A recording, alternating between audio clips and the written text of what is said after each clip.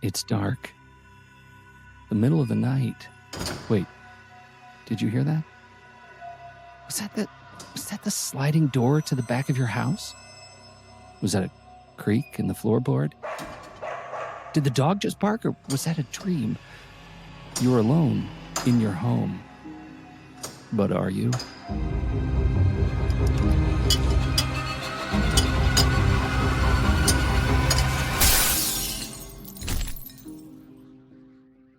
That's right. It's our home invasion series here on Sitting in the Dark. I'm Pete Wright, and I'm here with Ray DeLancey and Tommy Metz III. Hello, gents. Hello. I'm frightened. Oh, you guys, this was a horrible mistake. It might have been. Yeah, so explain to the avid listeners, this was your idea, and you facing what? Well, yeah, this was exposure therapy, straight up exposure therapy. So what we ended up doing, and when we brought, this was the first idea that I had for what I wanted to bring to the table for Sitting in the Dark. And, it was met with, I think it was, you guys, obviously, you're here. It was met with like, okay, we'll watch those movies. Kyle, obviously, he hated home invasion movies worse than me, and so he's not here. Yeah. He decided not to play this particular series, but I thought, okay, I'm going to do some exposure therapy because I know I hate invasion horror. I hate all of it. I've always hated it for all the reasons we're going to be talking about, and we're going to jump into the tools and tropes and all of those things. But I thought challenging myself as a new horror fan to dive in and sort of test those waters with gusto would be a good idea for this particular show. So I have limited experience. We were talking in the member pre-show that the last time I watched You're Next in 2013, we did it for the film board and I hated it.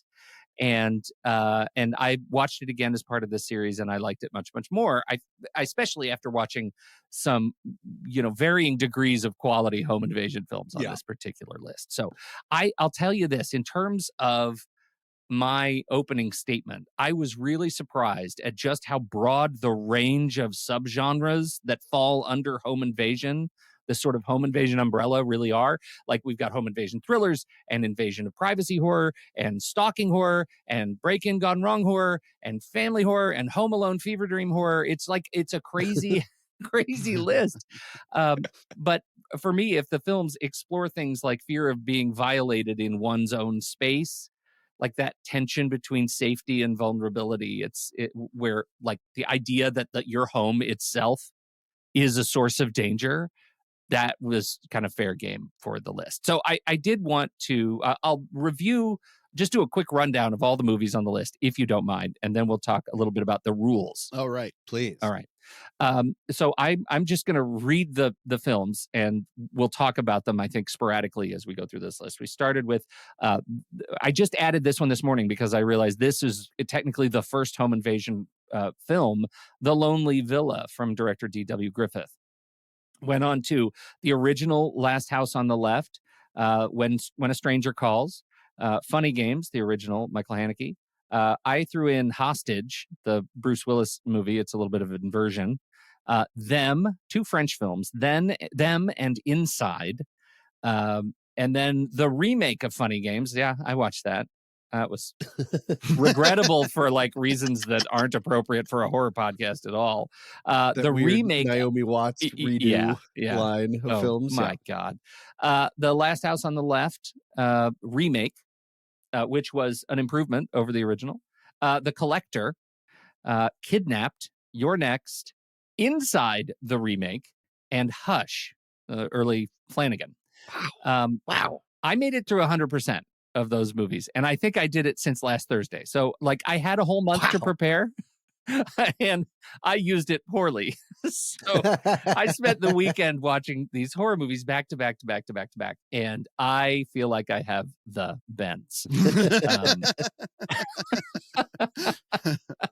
So as we get into and we'll note, like, of the 15 films, we have 3 pairs of movies and their remakes. Yeah. So I feel like I learned a lot from that experience too. So tell me, you guys, what was your experience with these? Can you talk about your participation in the actual watch list, movies you'd seen, things you learned? What do you got? Ray, kick us off. All right. So I had seen a couple of these before you decided to do this. And in total at this point, I have seen 9 of the 15.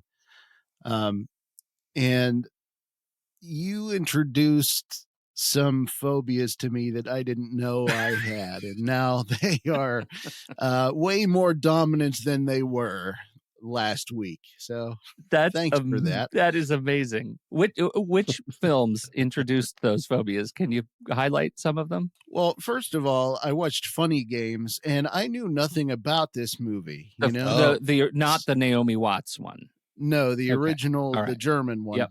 And I'm watching this, and I'm thinking to myself, this is why nobody trusts anybody anymore. Yeah. This is why nobody says hello when you go to the grocery store, because people see movies like this and they're like, every person who could ever come in contact with you is garbage and wants to just play funny games with you. Yeah, they want your eggs. Grab those eggs quick and get to the produce. That's the lesson. You have 4 more. Yeah. Oh my God. Okay. Yeah. That's awful. Tom, how'd you do? I have seen most of them at some point, neither of the French films. I was interested in taking part of this because this has never been a phobia of mine. And I want to ask, like, the idea of home invasion. I don't really believe that someone's going to break into my apartment. I have a bat, like a baseball bat. Sorry, not like an animal. That's sort of like vaguely by my bed, but I did that a long time ago, and I even forget that it's there. I wonder if one of the reasons that I've never really had this feeling is because I don't own a house and I don't have a family. Mm-hmm. I wonder how much of that is involved. It just doesn't seem like it's just never been on my list of worries. And so I wanted to put myself in the worry zone through as many of these movies again as I could to see what it sort of struck. And did anything trigger anything of note? Yeah, no, it was the movie Kidnapped. Yeah. I think what I learned is I want home invasion movies to be like what horror movies are supposed to be. It's a run through. Mm-hmm. It's a roller coaster about something that you're afraid of. Mm-hmm. But movies like Kidnapped are so nihilistic that it's like, I want movies to be like the movie Breakdown, where Kurt Russell, it's not necessarily a horror movie, Kurt Russell and JT Walsh, where you go through this thing and it ends up sort of being like competency porn, which is a new phrase that I've heard, of like just really figuring out how to do things on the fly. No one does anything wrong in Kidnapped, and they're all horribly punished for nothing. Mm-hmm. And I don't understand. I don't know. It crossed some sort of a line for me that I didn't exactly know was there. It was like, I kind of wish I hadn't watched that movie. Is that helpful at all? I'm sorry. Fascinating. It is helpful, and it's super interesting to me. Before we get into our sort of analysis of that, because I want to pick that apart, particularly in light of a comparison to Funny Games, which I think they pair nicely in terms of this discussion of nihilism in these movies. Right. I want to set the rules that for what landed on this list that I went into my head going into this list and see if I missed anything. So 1, the central action needs to be contained to a personal space or residence, right? Mm-hmm. Okay. Yeah. Mm-hmm. So it needs to be it's home invasion. They should be invading your personal space. Yeah. The antagonists must be human, right? These are not monster movies, right? So, no. Right. Okay. No zombies, no vampires. Fair.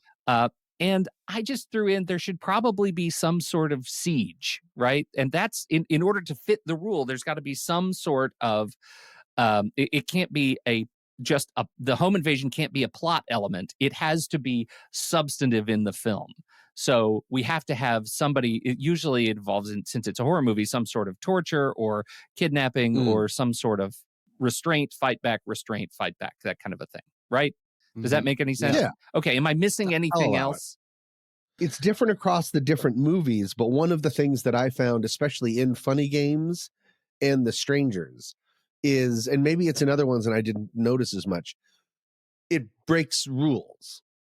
Like Funny Games breaks rules throughout the movie. Right. They're breaking the fourth wall. They're asking the audience what their opinion is, all of this stuff. And I like the idea of that because it's like the biggest rule to break is that your fortress is your castle. Yeah. So to invade your own space is like the biggest rule breaking that you can have like in society. And I like that some of the movies play with that. The reason that I brought up The Strangers in that same thing, and I guess you can say The Collector too, is we have a God's eye POV.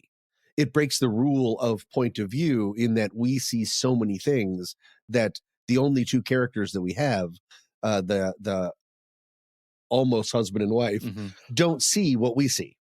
There's people like showing up inside their house and then escaping into the shadows. And that doesn't belong to anyone. Usually movies that just take place in one thing, there's always like a very strong point of view.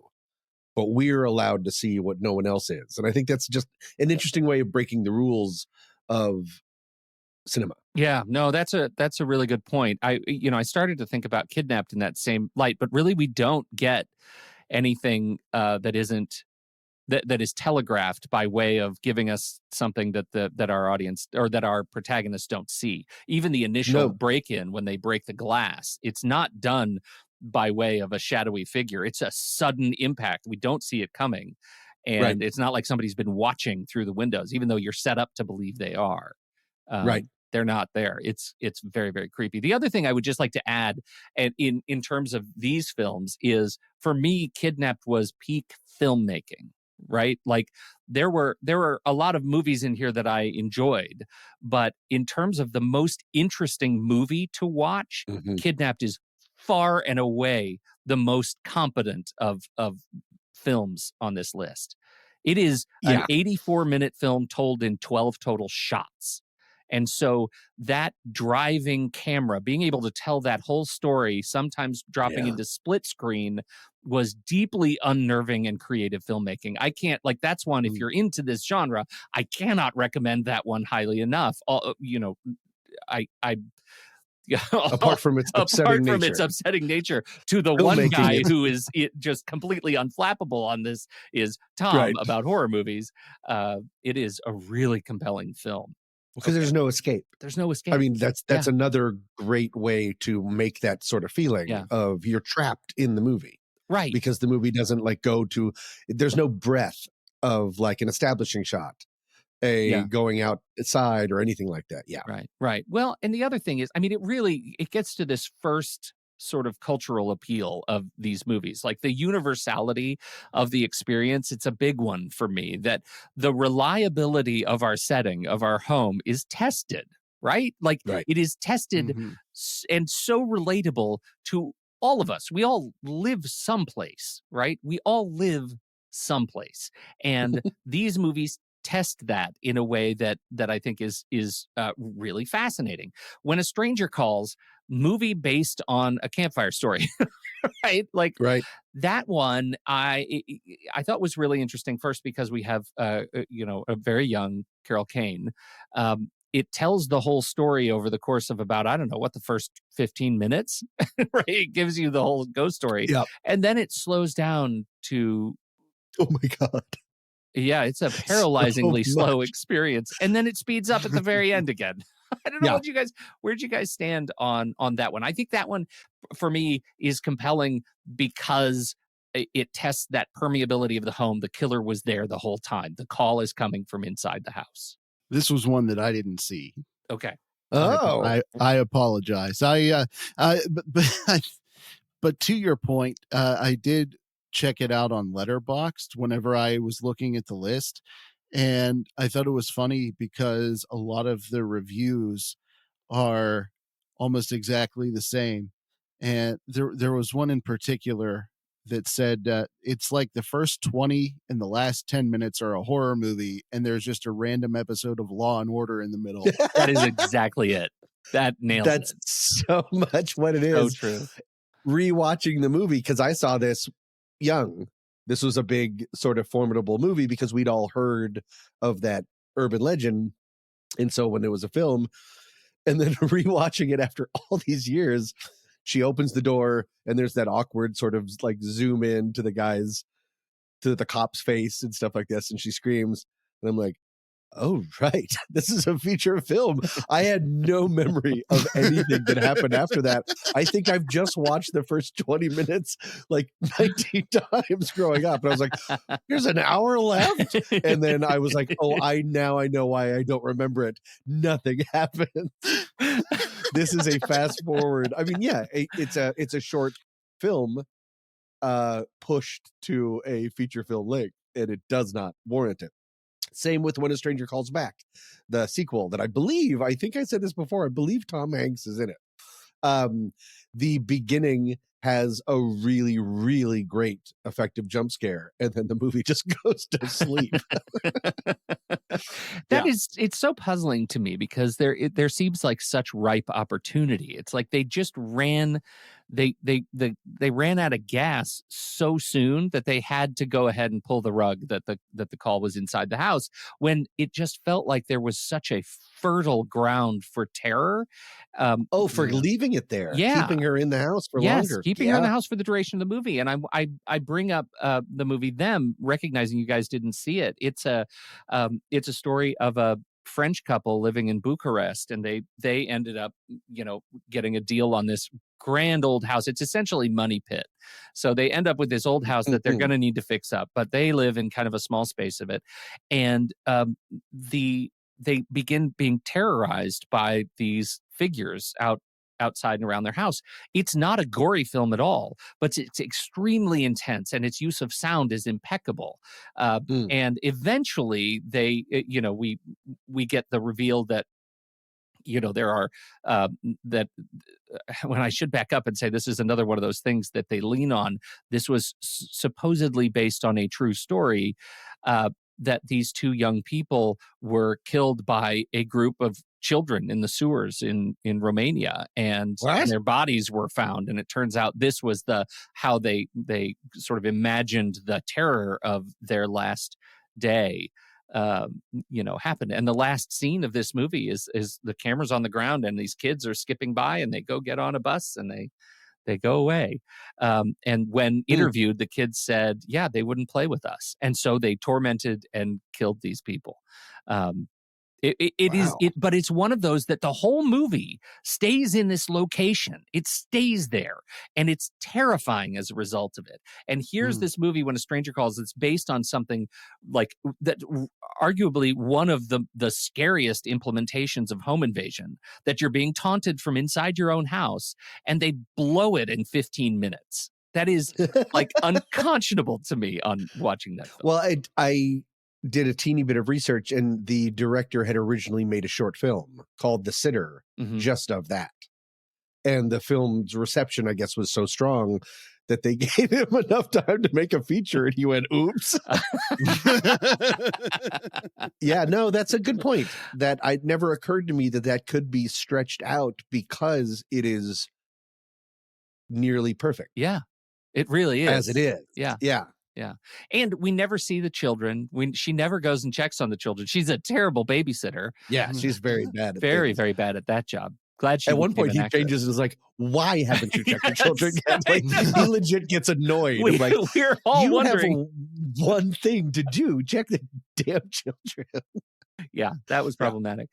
Speaking of this reliability of the setting, though, let's go into funny games a little bit, because Michael Haneke made this, and we'll talk about both the funnies games. Movies. 1997, Michael Haneke and writer T.L. Bodine, I think, describes it this way. Haneke provides a brutal but self-aware look at the genre of horror movies created primarily as a condemnation of violent media. The film nevertheless succeeds as an unironic addition to the home invasion canon, from its vulnerable, suffering family to the excruciating tension of its plot to the nihilistic, motive-free criminality of its villains. It may be actually the purest example of the home invasion movie. Now, I've been reading up a bunch of reviews on Letterboxd, and the general consensus is Funny Games is a test, and you actually fail it if you get to the end. What's your general worldview on Funny Games? Ray, you watched Funny Games this time. This was new to you. Yeah. Actually, Funny Games was interesting in that it caused me to audibly cry out at the TV, which almost never happens. And it was whenever whenever Paul, the character of Paul, does the rewind. Yeah. And the mother gets the jump on them with the rifle and shoots one of the invaders, and he breaks the fourth wall in grabbing the TV remote and rewinding events and making it so that she can't do that. And that was whenever my brain broke. And I realized what this movie was doing in its speaking with the audience, breaking the fourth wall, trying to subvert audience expectations by completely annihilating everybody, not leaving any survivors, and continuing on to the next house. Yeah, for me, I remember the very first time I watched it. This maybe would have been in college. When did this come out? Doesn't matter. 97. Yeah. Yeah. So it would have been in college when they're playing hot and cold when they're searching for the dog, and he just straight up turns around and like winks at the audience. Yeah. And I was like, oh yeah. I mean, because it does force you to sort of be like, why am I doing this? Yeah. why am I watching this? It indicts the viewer very much so. Yeah, you're complicit. You're complicit, yeah. Which I felt in a different way, very much so with Kidnapped. I'm sorry to keep bringing up that movie, but well, and I think that's this is a fair enough time to do it. For me, Funny Games was like I was fascinated in this idea of how easily these two young men were able to make their way into this home in a completely nonviolent manner. Where in Kidnap, it was a brutal break-in. They shatter the glass, they go into the house, and it's an act of violence. These two kids, they're dressed in white, like they are. Well, I guess I actually now I don't remember what they're wearing in the original, but they're dressed very plainly. They were just playing golf, and they're wearing like the white stuff. Country Club garb, and they had their white gloves on, and right. but they're like just sort of they're an avatar for a kind of emotion, right? And they make their way in on about eggs, and the transition from asking for eggs, dropping the eggs, asking more sternly for eggs, to I'm hitting your husband with a golf club happens effortlessly in this movie, and so quickly. And that to me was the most terrifying part, because to Ray's comment earlier, this is why people should buy eggs quickly and get to the produce. People are terrible. That's what this movie is presenting.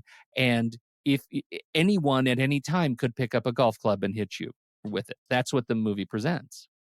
It's also weaponizing civility. Yeah. Right. One of the reasons that they're both able to go in, even when she is like, get out. Yeah. The husband is like, well, what's going on? Right. And she's like, trust me, get out. This is wrong. And I can't explain exactly why. He's still trying to smooth things over. Yeah. So it is very much the saying hello to someone, like Ray said, at the grocery store, then they hit you with a golf club. Yeah. Yeah. And you're like, why did you bring a golf club to Ralph's? Right. Right. That would be a very poor place for golf. But that's the piece that I think is most interesting about that. When you transition to Kidnap, the thing about Funny Games, part of its experiment is that it is unmotivated nihilism. These guys are only motivated by the violence and doing so in a way that is so subversive that they can just go from house to house to house to neighbor and not get caught. And that seems to be the same case with The Strangers too. Yes. When they finally give up the answer, it's just because you were home. That's why we're doing this. Exactly. Yeah. Kidnapped is different. And I think this is why I prefer Kidnapped to Funny Games. Even though I love I actually do love what Funny Games does. I find and I don't love Funny Games. Let me say that. I don't love Funny Games, but I like the idea of the boundaries that it is pushing, and particularly in against this, the vulnerability of power dynamics, right? That we have, like you said, weaponizing civility. What Kidnap does, everyone in that movie is motivated.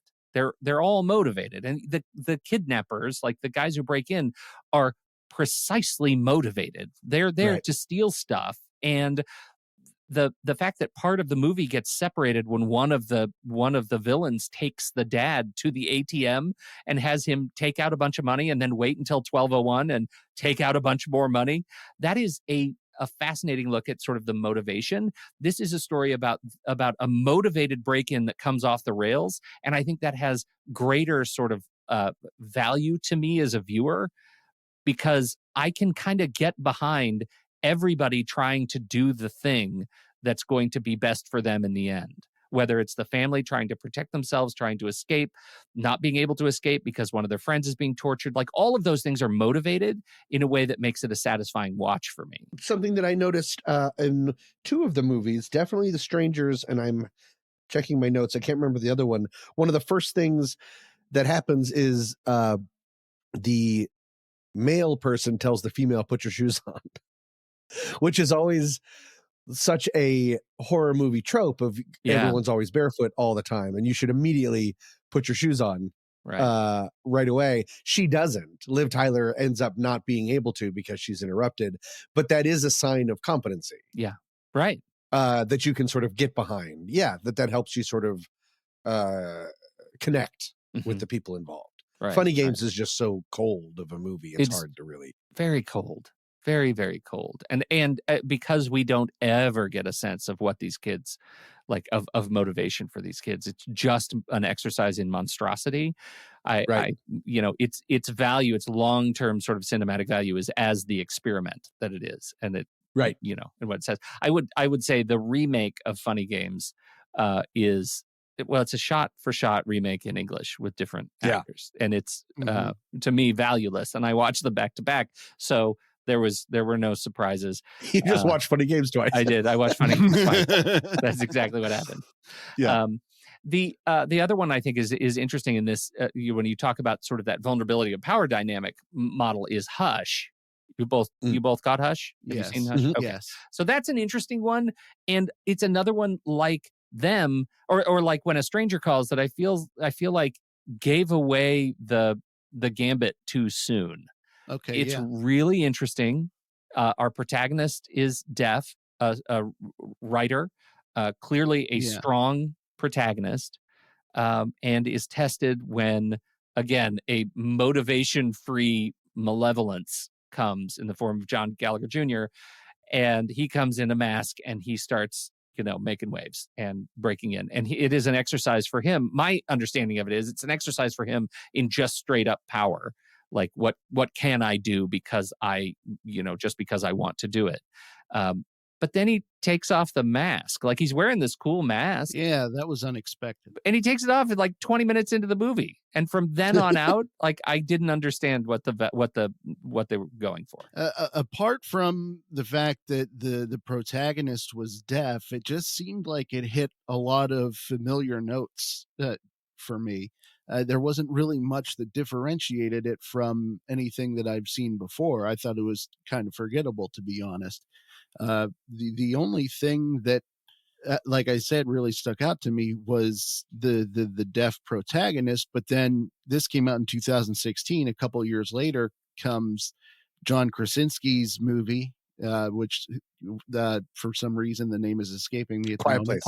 Quiet Place, thank you, which I think does the deaf protagonist much better. So with that said, Hush was a movie that wasn't bad, but it didn't really do anything for me that wasn't done better in another movie of this subgenre. Mm-hmm. Tom, you're a Flanagan fan. I am a Flanagan. I don't remember this movie very well, so I can't really tell. I'm such a Flanagan fan, but I don't really. This movie didn't stick with me. So what does that tell you? It tells a lot. There are some things, like when you mentioned Put Your Shoes On in The Strangers. There are a number of those moments in this movie where she takes that sort of agency. Things like opening up her laptop and typing in as she's being chased. She finds a way to get into the house and get herself a few 30 seconds to type, 5'9" white male, blue eyes, and then close the laptop. So whoever opens it'll see who did what. So there's some things in there that are interesting, that demonstrations of competence that I think show that subversion of the final girl trope that we were talking about last month, Tom, where we have this we've transitioned from the virginal innocence as the only survivor, and that being the reason they survive, to, oh, right, it turns out their broad world experience is what allows them to survive. Same thing in Your Next. This is the thing that I finally got in Your Next, that it was an invasion gone south because the final girl is actually a former survivalist and can kill stuff with aplomb. It was it turns out that was the most interesting thing, and the first time I watched it, I think I just plumb missed it. The best part of that movie was the blender. Whenever she takes the blender to that guy. Oh God, what kind, like the blending brain is that turns to like that sort of creamy pus. That was yeah. You saw it. You were there. I know, but I didn't. But no one says, "Hey, look at that creamy pus." What do you guys think about some of these movies? Do it, some don't. Kidnapped, the one movie that apparently I need to keep talking about, does do it. It's David Fincher's Panic Room idea, where Panic Room. Yeah, that could have been one. That could have been. They make you sympathize, or try to make you sympathize with one of the invaders. Okay. Do you like that idea? Does that break it for you? Having not seen Kidnapped, I can't speak to that movie, but they do it in Hostage. Do you remember Hostage? They do the same thing. I didn't see Hostage, but The Collector, they do it with not the collector per se, but they do it with the dude who breaks in to steal the jewelry. Mm-hmm. Right. And so maybe that might not be the same thing. I do think there's something to that, like, because part of the social commentary that everything is an illusion, like your safety is an illusion in these movies, is that, like, just as you should not judge the permeability of your home, you should not judge the sort of permeability of our malevolence in these movies. Like these, you don't know what their motivations are, and some of these movies explore the violence by way of unmotivated motivation, right? But this is one of those things. I find I do like it because what it does with the bad guy is it allows me to empathize with what he's trying to do to get to the other side of this insurmountable thing. The fact that he chose to break in, to steal stuff, to do some harm, notwithstanding, now he has to get out. And is there a way I can empathize with him on his way out? Right. I don't know. Yeah. Was that a leading question, Tom? Like, do you have? No, I like it. It's kind of like Michael Mann's Heat. Mm-hmm. It's interesting to see the other side of it, or the town. I mean, I like it when we really dig into the people that are the enemies, the criminals. Yeah. And we are seeing maybe why they're doing that. And that leaves a vacuum for me sometimes in movies like The Strangers. I don't know. I like it both ways, because The Strangers, there's just nothing, because you're home. The only thing you know about them is one of them has a breathing problem. Like that's that's like there's this fascinating little insight that you get. There's something also very interesting about that too. I am always interested by filmmakers' choices of whether or not to dive into that part, or just have them be the other. Looking at all of these movies, what kind of bad guy do you think is most effective? Do you think it's somebody with more of a personal vendetta? Do you think it's someone who plays more violently as opposed to someone who plays more psychological games? Is it somebody who's more nihilistic, like in Funny Games? Which of these antagonists worked the best for you, and why? Good question. Pete, I'd have to think about it. Oh, I got one. Okay. I got one. Yeah, and it's a movie we haven't talked about too much, but I know it's one that Bride of Chucky hurt Ray a lot. Bride of Chucky. It was the original Inside from 2007. That's a French film, and it's about a woman who, she's in the car with her husband. She's pregnant. She's about 6 months pregnant, I think, 5-6 months pregnant, and she's in a head-on car crash. Very abrupt early in the movie. Her husband dies, and she is left. The baby survives. Her unborn child survives. And the next thing is, she's at the doctor, and it's the night before she's going to deliver that baby. And it's going to be induced the following day. And she goes home that night, and she is met with a malevolent force. Another woman starts to kind of terrorize her from outside the house, eventually comes inside the house. And Another woman. Yeah, that's it. That's pretty rare. And the woman is a horrifying individual who is there to steal the unborn baby from our soon-to-be new mother. Now, that's a movie where we don't get a lot of background on our attacker until the very end, when it is revealed that the attacker was in the other car and was pregnant and lost her baby. And it is, I think, of all the movies on this list, Inside is the most gory. Yeah. I mean, at one point, there's a very brief sort of fever dream, anxiety dream in our new mom early in the film, where she actually imagines giving birth through her mouth. And just that effect is horrible to watch, but it just goes from there. The biggest, so that's the thing. You look at like what they give us from the other side. Suddenly, I've hated this attacker for the entire duration of the movie. And suddenly I don't support it, but I get it. I get how she got to that point of like being so emotionally broken that she decided, this is the thing I have to do. She killed my baby, I should get hers. Isn't that fair? Right? That's what the movie is trying to say. So I don't know, Ray, am I on the right track? You saw it. No, that was the most effective movie of the ones that I saw. And for me, I think what really hit home is the fact that the common theme with an invasion movie is, of course, that you're in your home. It's the place where you are probably your most vulnerable self. And it's magnified inside, because not only are we at home, but we're dealing with a pregnant mother. We're dealing with a baby in the womb is in danger, and the womb is like the home within the home, for lack of a better phrase. Yeah. It's like the most safe place you could possibly imagine. And now there's a woman scraping scissors along this pregnant woman's belly and giving me all kinds of chills down the spine that make me think I'm going to have a stroke or something. But it is an extremely effective movie, probably the most effective movie of the ones that I watched. I having watched all of them, I can say that's the one that has stuck with me the most. The downside of that movie, and I sent Tom, this is the one I sent you.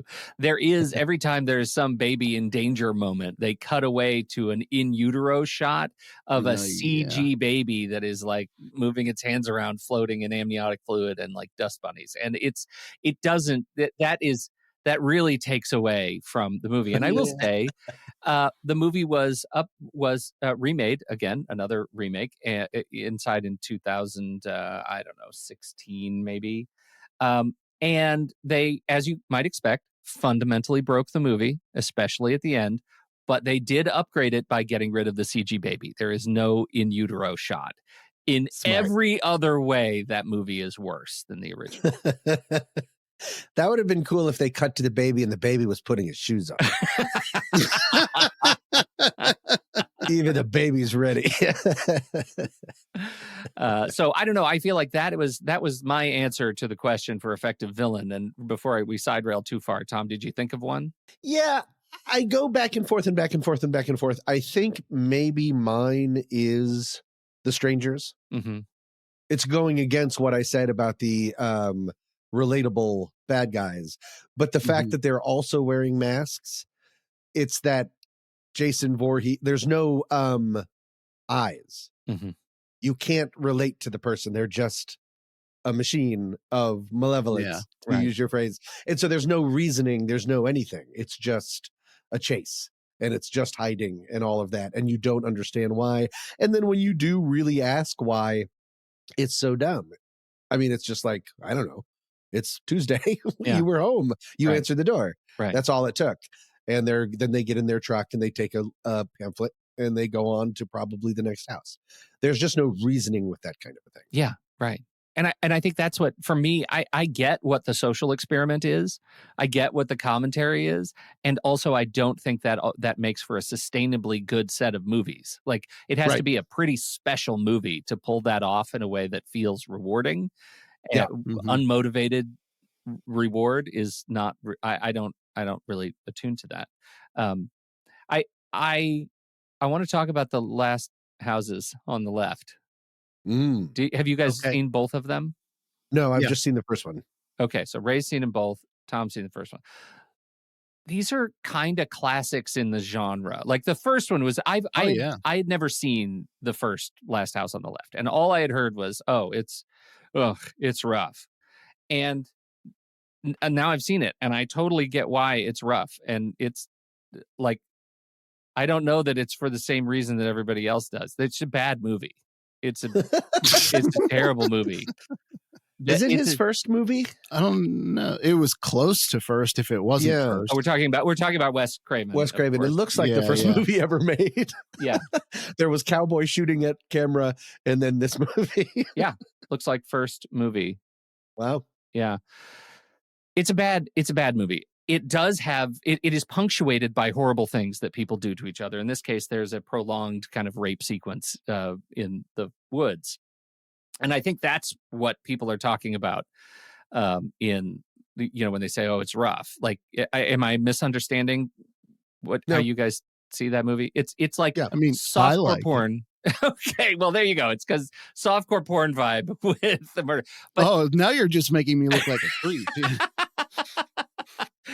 No, I struggle with it because it's hard to watch just even from the beginning. It's not a well performed movie. It's a B grade movie for sure. And I expected something I didn't get out of this movie, and that was the surprise to me. What I like about it is that it does already, even in 70 whenever too, subverts the expectation of terror, right? The bad guys, who we believe are the bad guys going the whole way through, that they end up, so they rape and kill these two young women. Then they end up breaking down and they go find help at a house. It would be the last house on the left. And they're invited in. And the two people who are living there are talking about how they're about to have the birthday party for their daughter when she gets back with the car.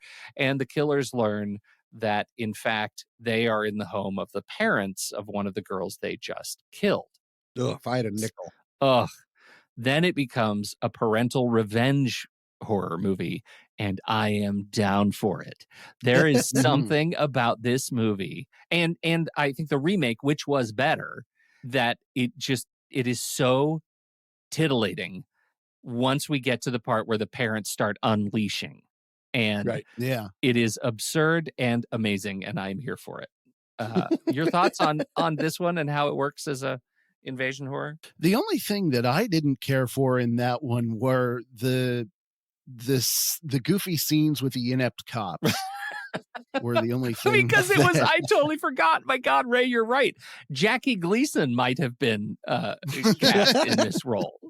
It was, they put him on the roof of that truck and watched the cops roll off the truck and the woman laughing. I mean, it was a Smokey and the Bandit movie, if I've ever seen it.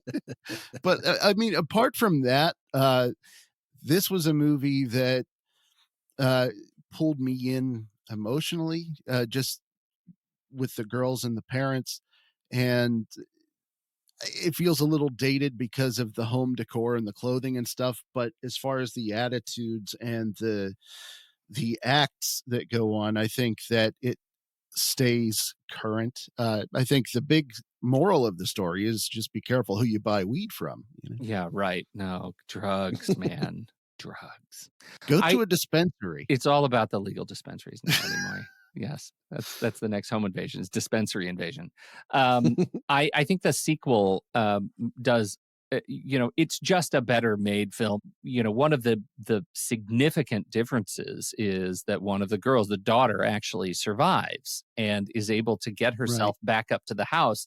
And that's how they the parents start figuring out that, in fact, these guys might be the bad guys. It sort of starts to unravel the mystery. And there is something, I mean, Tony Goldwyn is the dad, and he's a surgeon. And the final sequence where the principal bad guy, who's played by Garrett Dillahunt, fantastically. Yes. Oh, yes. so good. He actually, he wakes up, his eyes open in POV, and he says, well, I can't feel my body. And surgeon Tony Goldwyn says, oh, sorry, I didn't have any duct tape or rope, so he holds up a scalpel, paralyzed you from the neck down. And then he proceeds to stick his head in a microwave and turn it on. It's really, really fantastic. Like, it's just in terms of the thing that satisfies that dopamine push for me as dad, that is perfect. Like, things happen to my kids and I can imagine going there. I can imagine going to those places. That movie really celebrates the darker part of me. The last time that I watched the remake, I was like shocked to recognize the girl amongst the troop of bad guys was Ricky Lindholm of Garfunkel and Oates. Yeah. No. That's right.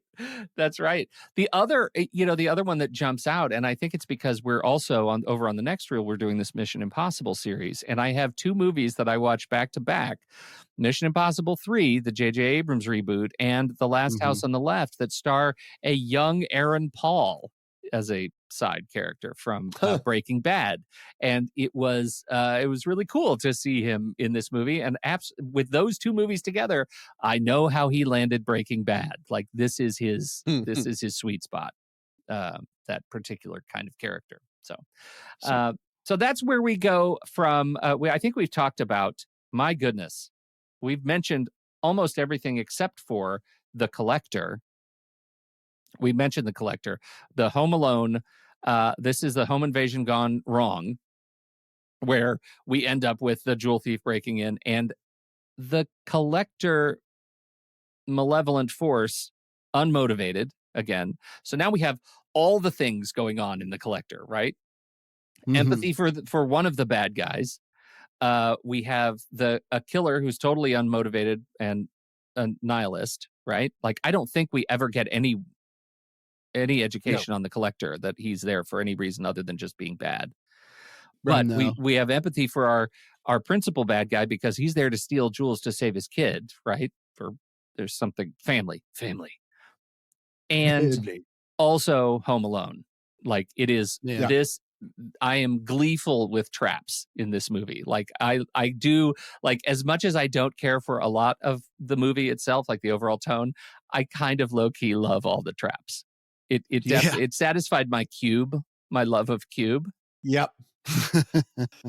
It is, though. You can't stop to think about it. No, don't. Like, what's the point? How much time did he spend, like, that golf club? He tied a golf club to the entire house, and it traps you and sends you out. It's like, who? Like, I bet he's just sort of like, oh, please pick up the phone. Please pick up that dish. There's so much work. It's insane. That's the part that is so comical. Like, days. Like, wasn't our main man just there earlier that afternoon? Yes, when did he have time to do this stuff? Yeah. I think everything was already hooked up, and then he just added knives. Yeah. like the family just liked traps or something. No, the film is not good. I like that lead actor a lot. I watched him from the TV show Dirt. I think I'm the only person that's ever heard of that show. Was that Josh It's got Stewart? one really great, what's that? Josh Stewart. It's got one really great shot of when the lightning hits, and it briefly reveals, to us, not to him, the mesh of, like, razor wire that's in that one hallway. That's a really, really great shot. Otherwise, it is a gross movie. The last one that I just added to the list this morning, I don't know if you had time to watch it, Tom. Ray and I have been talking about it this morning, is The Lonely Villa.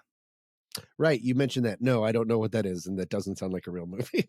Well, in the spirit of Ray's first Frankenstein movie, Sure. I did find this is reportedly the first home invasion movie, 1909, D.W. Griffith, and it is I don't know, Ray, what's your take on it? It's a short 12-minute movie, and it shows this family, husband and a wife, and they have 3 girls, I think. That And they're were at all home the and model for Megan. The recent, they're all the Megan. Yeah, Yeah. Meg Thregan. and they're inside living it up, and outside there are 3 nefarious fellas in old-time newsboy caps that are like, we're gonna wait for them to leave, and then we're going to go inside. And then the dad leaves. They And trick him. That was an interesting thing. They trick him. They send one of the guys as a right. messenger up to the door, and they give him a message. He's like, well, better get my coat. I've got to go downtown and make a phone call. And he gets in his car and takes off Oh. and leaves the mom and 3 defenseless girls. But this was the interesting thing, though. While the bad guy was in there giving the message, Dad says, I'm leaving you alone, so you'd better take my gun, and hands them a revolver, puts a revolver on the table. While all their backs are turned, the bad guy picks up the gun, opens up the cartridge, shakes all the bullets out, puts the bullets in his pocket, and then puts the gun back on the table. We have Chekhov's table gun that is completely unarmed. So anyway, I'm sorry, Ray, I interrupted. I thought that was an interesting bit of trope. You're fine. And so Dad goes and he does his thing, and the bad guys all break in to the house, and they knock on the door, and Mom and the girls get scared, and they realize that these guys have ill intentions, so they hide like in the dining room, and the guys are trying to get in, and that's when they realize that the bullets are missing from the gun. And meanwhile, husband makes it to his destination.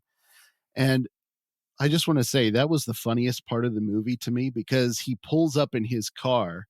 It's 1909, and there are these guys that just run up to his car and start looking under the hood like, one of them newfangled automobiles. Hey, They start trying to crank the thing on it, right? The handle. Yeah.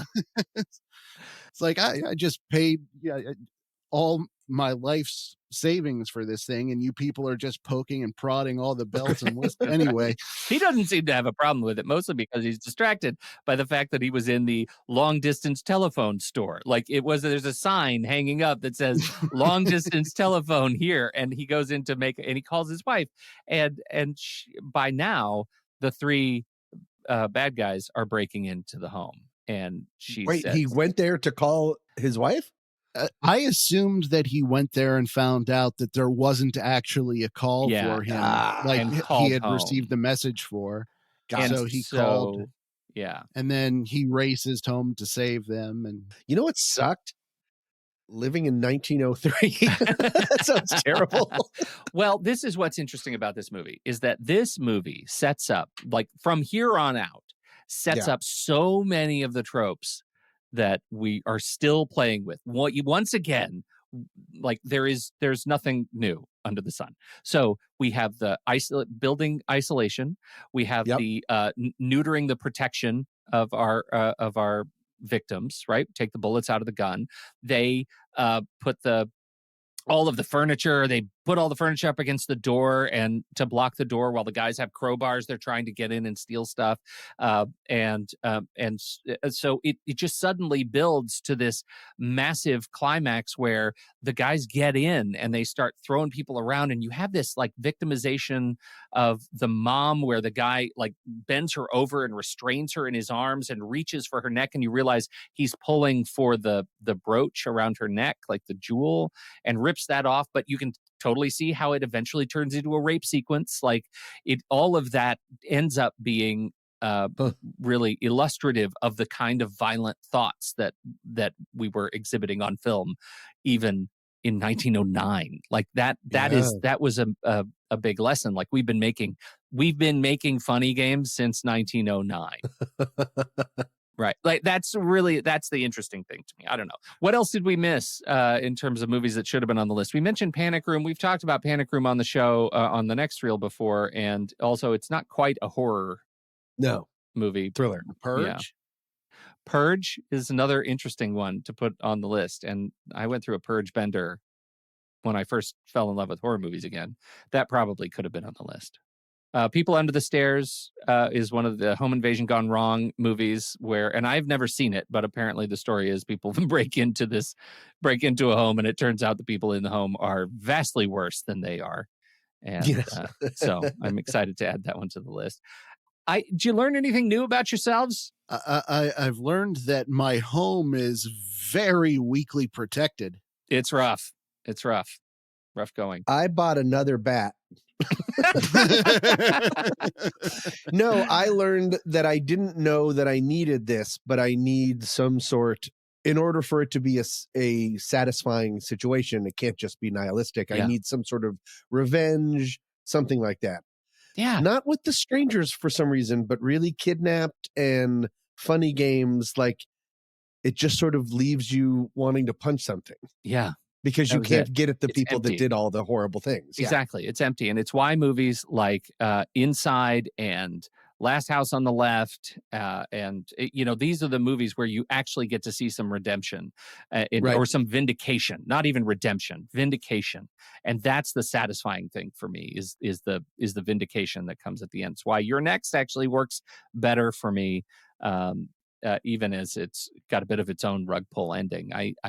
Those are important elements. But for me, hands down, Inside and Kidnapped were my favorite movies of this series that contained some very high highs and some very low lows in this series. But it was a lot of fun.